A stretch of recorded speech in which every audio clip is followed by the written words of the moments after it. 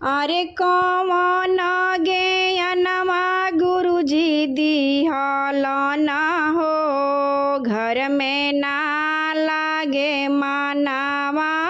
कौन ज्ञानमा गुरुजी दिहल ना हो, घर में ना लागे मानवा।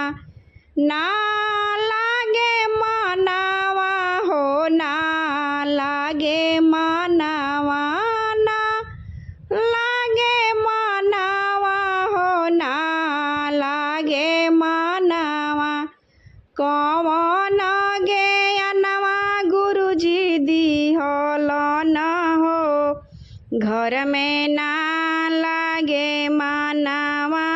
कौन ज्ञानवा गुरुजी दिहल न हो, घर में ना लागे मानवा। मचिया बैठल सास हमरो गरियावा।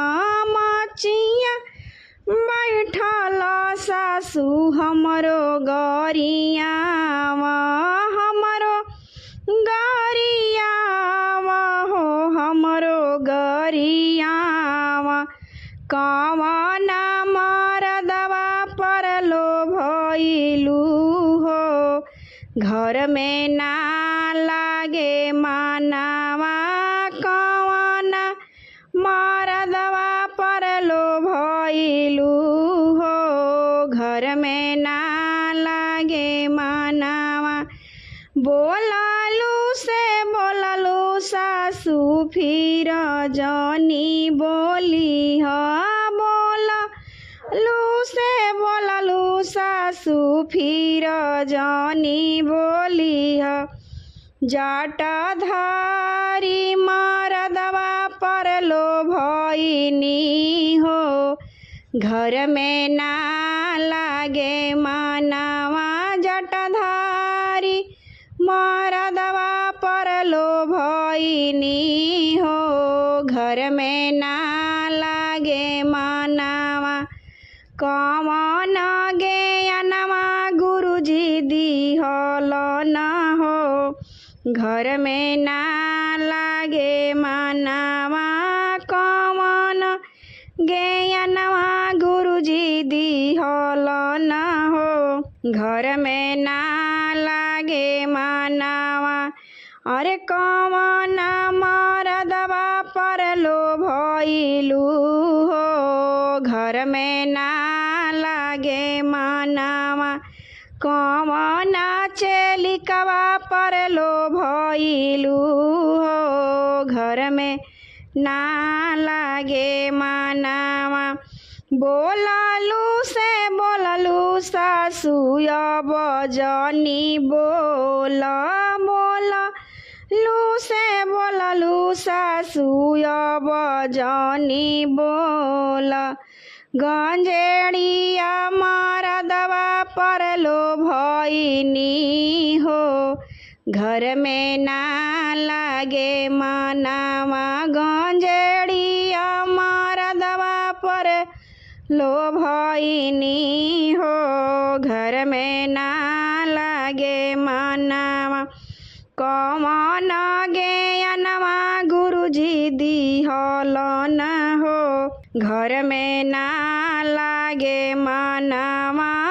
कौन ज्ञानवा गुरुजी दिहल ना हो, घर में ना लागे मानवा।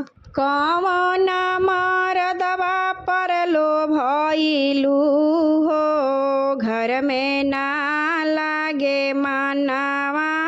कौन मरदवा परलो भइलू हो, घर में ना लागे मानवा। बोललू से बोललू गोतिन अब जनी बोली ह। बोललू से बोललू गोतिन अब जनी बोली ह। अड़भंगिया मरदवा परलो भइनी हो, घर में ना लागे मानवा। अड़भंगिया मरदवा भइनी हो घर में ना लागे मनावा। स्वामी खातिन मांगी ना सासुरो जी रोज गरवा। स्वामी खातिन मांगिला रोजी रोज गरवा। अरे अपना के अमर सुहागावा हो घर में ना लागे मनावा। अरे अपना के अमर सुहागावा हो घर में ना लागे मनावा। कवन ज्ञानवा गुरुजी दिहल न हो घर में ना लागे मनावा। कवन ज्ञानवा गुरुजी दिहल न हो घर में ना लागे मनावा। आंगना बहारत हमरो ननद गरिया में। आंगना बहारत हमरो ननद गरिया में। ननद गरिया में हो ननद गरिया में। राम रसोइया बैठल गोतिन गरिया में। कवन मरदवा परलो भइलू घर में ना लागे मनावा। कवन मरदवा परलो भइलू हो घर में ना लागे मनावा। बोललू से बोललू ननद अब जानी बोला।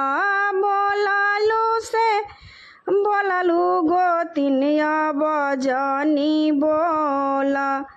डमरुआ वाला मर्दा परलो भइनी हो घर में ना लागे मनावा। त्रिशूलवा वाला मर्दा परलो भइनी हो घर में ना लागे मनावा। गंजेड़िया मरदवा परलो भइनी हो घर में ना लागे मनावा। कवन ज्ञानवा गुरुजी दिहल न हो घर में ना लागे मनावा। कवन ज्ञानवा गुरुजी दिहल न हो घर में ना लागे मनावा।